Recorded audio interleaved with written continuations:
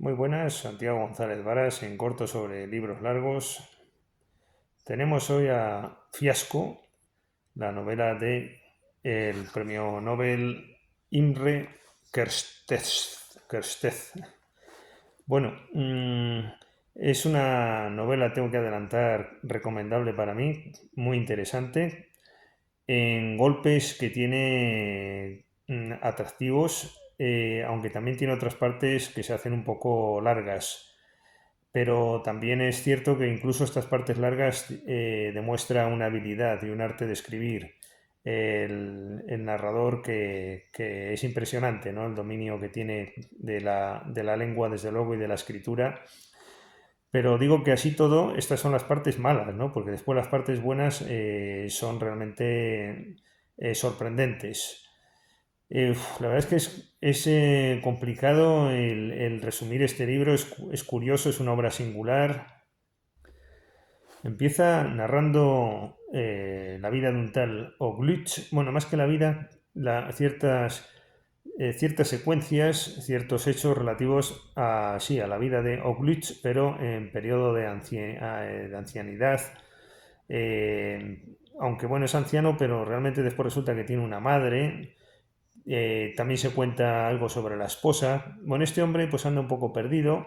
En general esta es una sensación muy de la obra, la de estar perdido, estar desorientado y de derrota. Yo creo que son las tres sensaciones que diríamos matrices y que llevan a definir lo principal en este libro. Vuelvo a repetir, la sensación de derrota, la sensación de desorientación. Bueno, y en ese sentido, pues este personaje ya está bastante desorientado, no sabe qué hacer, quiere escribir una novela, en parte porque teme al olvido, una cosa muy de los escritores que sienten esa necesidad, ¿no?, de perdurabilidad, pero no sabe qué novela hacer y entonces decide observar textos que tiene en su casa, papeles, y el narrador dice siempre alguien tiene algo, o si no es un diario, son cosas que evocan recuerdos o en último término cualquier cosa, ¿no?, de que echar mano, y ese planteamiento se sigue inicialmente, da vueltas el hombre, bien escrito, con curiosidades, pero bueno, resumiendo, encuentra, después de dar mil vueltas, ciertos pasajes sobre Queves, y bueno, sin quedar muy claro el asunto, acomete la escritura de una novela sobre este tal Queves, y este otro, pues este Queves, pues es un personaje también curioso porque diría en resumen que su iniciativa nunca prospera. Yo creo que es la clave de este personaje de Queves.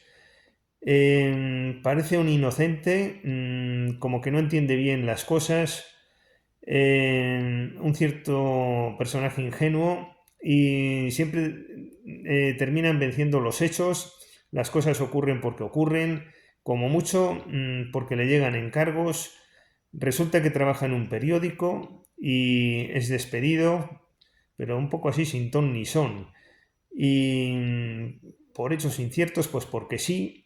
Después resulta que le vemos al personaje trabajando de obrero y él pues se conforma y piensa que es su papel en la vida, lo asume con toda naturalidad porque es algo como que le viene dado.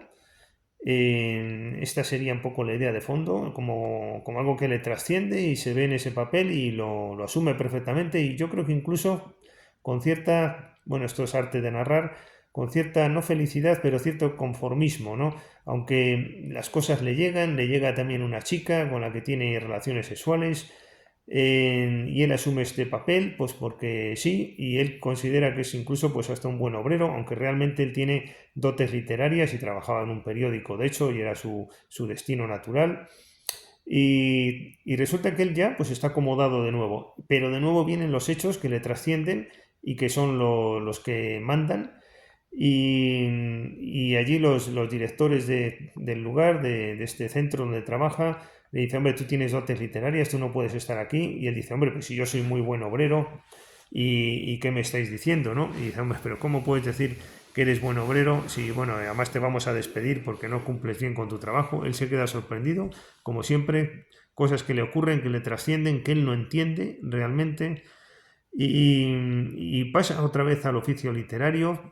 Allí, bueno, pues empieza a desarrollarlo con personajes también un tanto singulares, cumple el oficio, conoce a un tal Berg, y este Berg como montaña en alemán, B-E-R-G, y este hombre pues dice que escribe, le cuenta, bueno, todo esto resumiendo, porque también ha tenido unas relaciones antes con la secretaria y ciertos diálogos de interés, bueno, no de tanto interés, también tengo que decir, baja un poco ahí la tensión y etcétera. Bueno, pues este Berg le cuenta también su relato, que es un relato que es introductorio, que no termina, le hace pensar a este personaje, a nuestro protagonista, pero aparece casi siempre pues como una persona, como digo, movida por las circunstancias, un tanto anodino, la iniciativa siempre queda frustrada, las cosas le vienen dadas,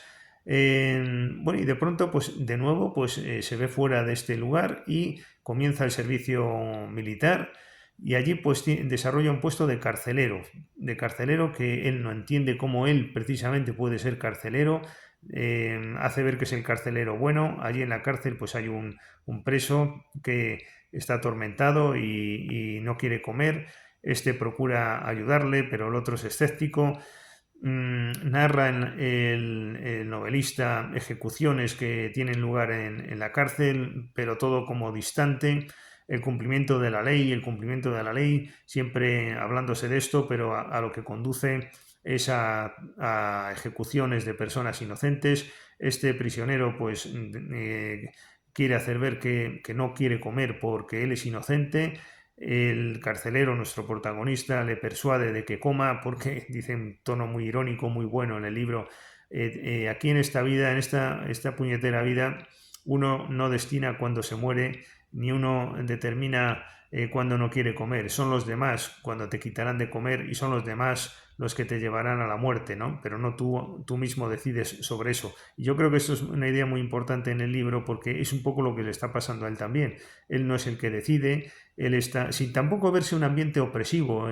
Yo discrepo de lo poco que he visto algún resumen de pasada, y me pareció ver que si había un ambiente de opresión, de los totalitarismos. Yo creo que más bien es la sensación que se crea, y ahí yo creo que ahí es donde está lo magistral del libro, el ambiente cómo se describe, cómo se consigue ese ambiente raro de lo que estoy contando, de falta de iniciativa, de los hechos que te determinan, pero no hay una opresión física, yo no lo he visto en el libro, ni hay un totalitarismo como el lector podría imaginarse. Yo esto no lo he percibido en el libro, igual se me ha pasado, pero no creo sea así.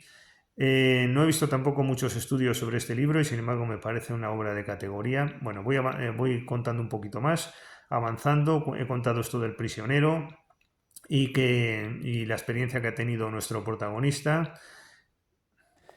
Y en este contexto se desarrollan ciertas afirmaciones, más bien se profundiza, porque esto es otro de los temas latentes en la obra, sobre qué es ser inocente en el contexto de estar encarceladas ciertas personas, qué es realmente ser culpable. Esto ha aparecido antes también. Surge en este momento de una manera intensa, de una forma apesadumbrada. En la página 357 de esta edición de Acantilado, supongo que será además no sé si habrá más ediciones de este libro, pero esta es la que yo he manejado. Hay una conexión muy interesante con la locura en este momento, ¿no? Es decir, uno pues ya con estas cosas que ocurren, y según ocurren, pues lo más lógico es volverse loco. Dice exactamente el libro: era la locura, sin la menor duda, el único refugio que podía encontrar entonces. El personaje hace ver que como carcelero no está cómodo, incluso él puede llegar a tener problemas legales, y lo que más describe en la página 358 es su insignificancia. Yo creo que este es un personaje insignificante, así se hace ver durante el libro, y es muy curioso ese contraste que va a haber entre un personaje insignificante, movido por los hechos, que tiene cortada cualquier iniciativa, con lo que viene al final, que es un torrente de pensamiento que va a realizar el personaje, con una carta en este momento que le devuelve a Berg en contestación a el texto, el relato que le leyó este Berg. Y este es un momento de explosión donde se ve la altura del personaje que durante todo el libro ha estado haciendo ver que es un insignificante movido por los hechos y como que cumple con un puesto de obrero y lo que le toque y sin quejarse y etcétera, etcétera. Y sin embargo, en este momento, pues escribe una carta que le quiere hacer llegar a Berg, aunque finalmente por ciertos avatares no la termina de entregar. Y digo entregar porque la iba a llevar en mano, no la mandaba por correo. Y ahí hay unos pensamientos muy densos, muy interesantes, donde le cuenta a esa otra persona pues un poco todo esto que he descrito en torno a su posición como carcelero, donde termina siendo carcelero él sin comerlo ni beberlo, de nuevo, ¿no? Bueno, y después en un ambiente social un poco convulso se deja entrever, hay otro personaje, un amigo, que ha aparecido en algún que otro lugar, que le propone subirse a un camión y abandonar el país, todo esto contado de una manera muy curiosa, como ¿y a dónde queréis ir? Pues no sabemos, pues a la libertad, pero si yo no sé ese idioma y tal, todo así, como que llega, no llega el diálogo un poco raro, y este rehúsa, el protagonista, a subirse al camión porque dice que en este momento tiene una novela en la cabeza y si no fuera por eso da a entender que iría, pero que no puede teniendo una novela en la cabeza, y esto es muy de los escritores, es cierto, que si hace esto y se sube el camión, etcétera, etcétera, pues al final que igual se le olvidaba la novela. Y entonces por eso no va. Escribe la novela y nuevamente, claro, como es algo que ha realizado por su propia iniciativa, aquí en este mundo todo lo que es por propia iniciativa no funciona. Yo creo que es el mensaje del libro. Y entonces la novela pues se rechaza, como ya le había ocurrido al personaje principal que daba origen al libro, que se le rechazaba la novela. Y ahora pues viene una cosa así muy curiosa, que es que al final se publica la novela, y viene un comentario muy irónico, decir, bueno, ya consigo ser lo mismo y me voy a dedicar toda mi vida a ser novelista, a escribir, y con esto ya voy a ser infeliz como Sísifo, ¿no? Es en realidad lo que te espera. Ya durante el libro también en alguna ocasión ha dicho, bueno, ser escritor, ¿y por qué? Si se publica 1 millón de novelas al año, como mínimo, ¿no? Es decir, se deja entrever un poco el sinsentido del oficio, pero que el novelista no puede dejar de serlo, es algo vocacional y es como yo digo también una especie de maldición que a uno le acompaña, etcétera, ¿no? Bueno, y lo más curioso pues al final es que se encuentra con el viejo y se da a entender que claro, que el viejo es este y dice, y claro, la novela que estaba escribiendo pues es en realidad lo que ha escrito este personaje, ¿no? Ahí se funden los dos protagonistas después de no haberlo dejado claro inicialmente, pero se ve claro al final.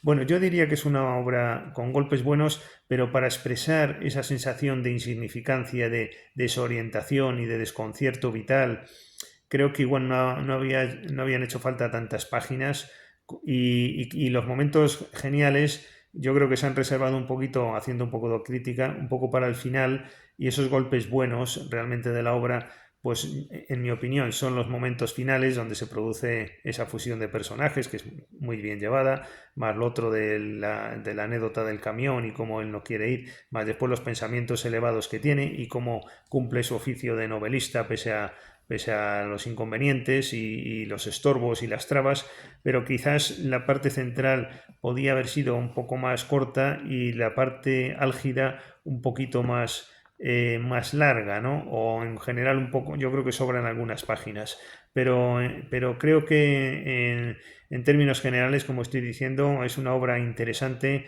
por esos mensajes que lanza, esas sensaciones, y tengo que decir que me ha sorprendido gratamente este premio Nobel, este autor, porque Imre Kertész, porque por lo que había leído pensé que no me iba a gustar y sin embargo voy a leerme más libros. Además, el tema de lo alemán a mí siempre me ha gustado mucho. Veo que el fuerte de este autor es su experiencia, bueno, lo que sabemos todos de este premio Nobel, ¿no? Su experiencia en el centro, el campo de concentración de Auschwitz.